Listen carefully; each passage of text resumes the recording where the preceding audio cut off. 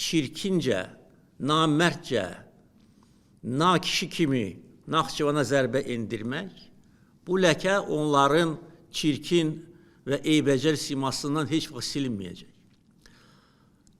Ona görə diplomatik yollarla bütün lazımi tədbirlər görüləcək. Var və xoşbəxtlikdən zalda çox adam olmayıb.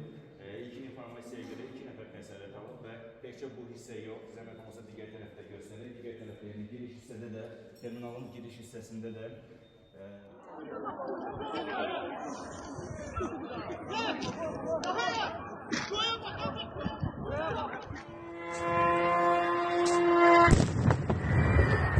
Oy bля!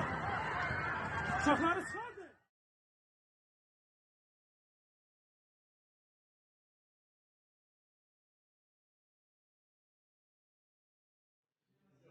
Sərnişinlərin oturacaqları qoyulan hissəyə düşməməsi